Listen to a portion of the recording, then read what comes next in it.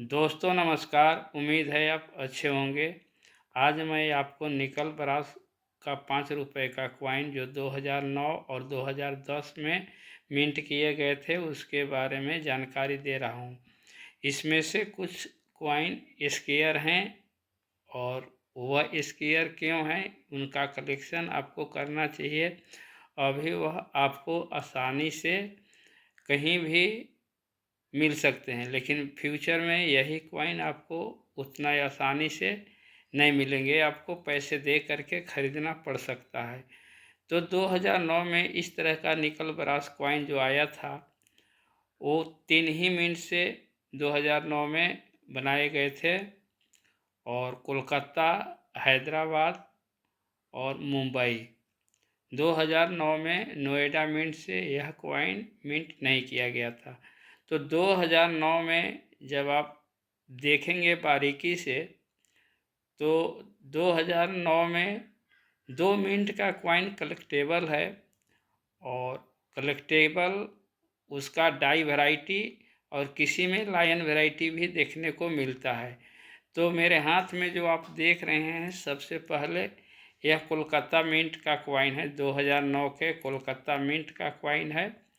आप दोनों कॉइन को बारीक से देखें, बड़ा है और एक में 5 आपको छोटा देखने को मिलेगा। दूसरी चीज़ कि रुपए जो लिखा हुआ है देवनागरी लिपि में वह रुपए आपको एक में बॉर्डर के बहुत नज़दीक देखने को मिलेगा और दूसरे में आपको बॉर्डर से थोड़ा सा दूरी पर देखने को मिलेगा। तो अगर इन बारीकियों को आप समझते हो तो आप इस तरह के 2009 के कोलकाता मिंट के कॉइन आप अपने कलेक्शन में रख सकते हैं और रखें। ये फ्यूचर में आपको यही अगर बहुत अच्छा कंडीशन में हो तो दोनों कॉइन कम से कम आपको 100-150 रुपये तो खर्च करके लेना पड़ सकता है वर्तमान में, और जैसे जैसे समय बीतता जाएगा इसका प्राइस भी ऊपर होते जाएगा और ओवर्स में बहुत ज़्यादा इसमें लायन वैरायटी में डिफरेंस देखने को नहीं मिलता है। यानी जो भी देखने को मिलता है ये अंतर वह केवल रिवर्स में भी देखने को मिलता है। इसके बाद 2009 में हैदराबाद मिंट के द्वारा भी इशू किया गया था। तो हैदराबाद मिंट के 2009 के कॉइन में आप अगर बारीकी से देखना शुरू करेंगे, यह एक अध्ययन का विषय है। ये बिना अध्ययन के आपको कुछ भी समझ में नहीं आएगा। जब आप अपने से अध्ययन करना शुरू करेंगे तो आपको समझ में आने लगेगा। आप इसमें देख रहे हैं 2009 की 2 वैरायटी आप देख पा रहे होंगे। एक में 9 जो है राउंड है और एक में 9 जो है थोड़ा सा नीचे फ्लैट में है। यानी एक 9 कर्व में है नीचे वाला भाग और एक 9 कर्व में नीचे वाला भाग नहीं है। तो इसमें भी आप जब बारीकी से देखेंगे तो 5 भी आपको 2 तरह के दिखाई देगा। 5 भी आप जब देखेंगे तो एक में बड़ा 5 है और एक में छोटा 5 है।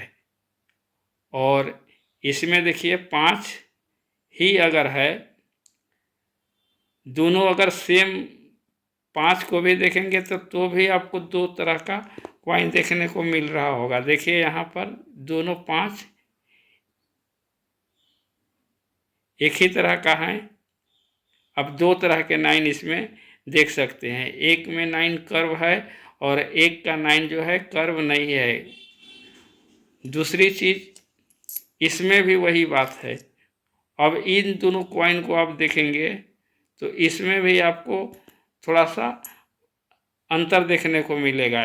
मिंट मार्क भी आपको एक में थोड़ा सा बड़ा और थोड़ा सा छोटा और एक सटा हुआ आपको नज़र आएगा और एक दूर नज़र आएगा।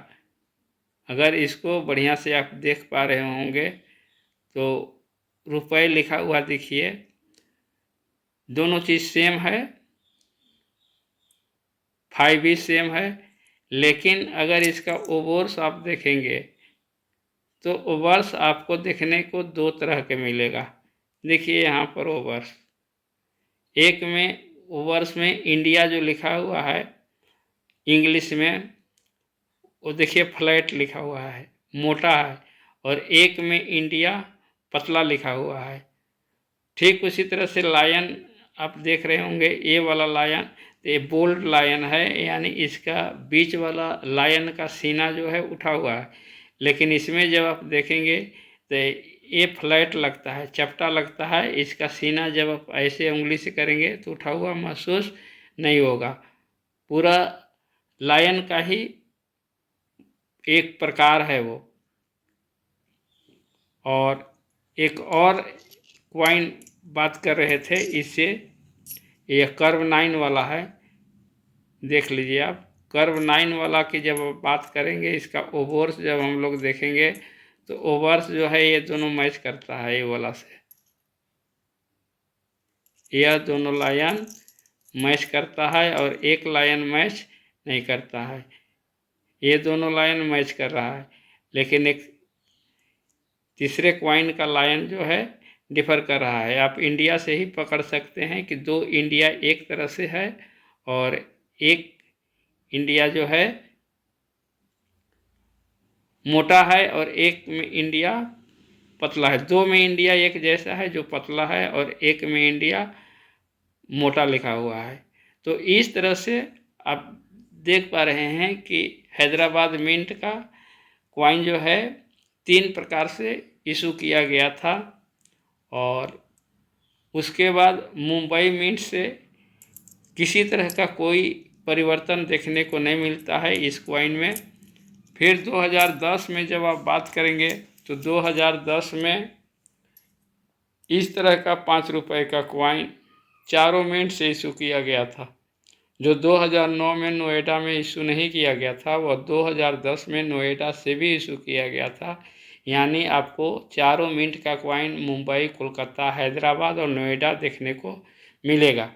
तो इसमें जो डिफरेंस देखने को मिलता है वो रिवर्स में, यानी जिधर रुपए लिखा हुआ है, इसमें भी आपको दो तरह के 5 2010 मुंबई मिंट के क्वाइन में देखने को मिलेगा। 2010 के मुंबई मिंट के क्वाइन में आप देखेंगे तो देवनागरी जो रुपए लिखा हुआ है वो एक में बॉर्डर के एकदम नज़दीक है और दूसरे में बॉर्डर के एकदम पास में है। अगर 2010 के नीचे रुपी सिंबल भी देखेंगे तो एक एकदम बॉर्डर के करीब नज़र आता है और एक बॉर्डर से ऊपर नज़र आता है। 5 भी आप जब देखेंगे तो एक में छोटा 5 नज़र आता है और एक में बड़ा 5 नज़र आता है। और अगर ओवर्स की भाग करें तो ओवर्स भाग में बहुत ज़्यादा डिफरेंस देखने को नहीं मिलता है। आप देख सकते हैं दोनों में लायन लगभग सेम है और इंडिया भी लगभग सेम है।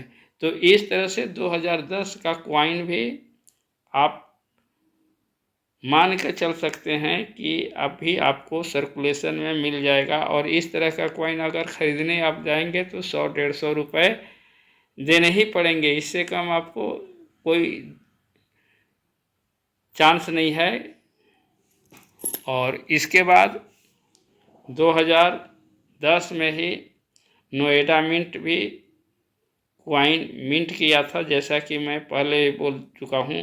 तो 2010 का नोएडा मिंट का क्वाइन भी आप अपने कलेक्शन में रखें। और अभी भी क्वाइन 40 रुपये 50 रुपये बहुत अच्छा कंडीशन में बिक रहा है और धीरे धीरे इस क्वाइन का प्राइस जो है ऊपर जाएगा। अगर जानकारी अच्छा लगा हो तो लाइक कर दें, शेयर कर दें, सब्सक्राइब करें। Thank you.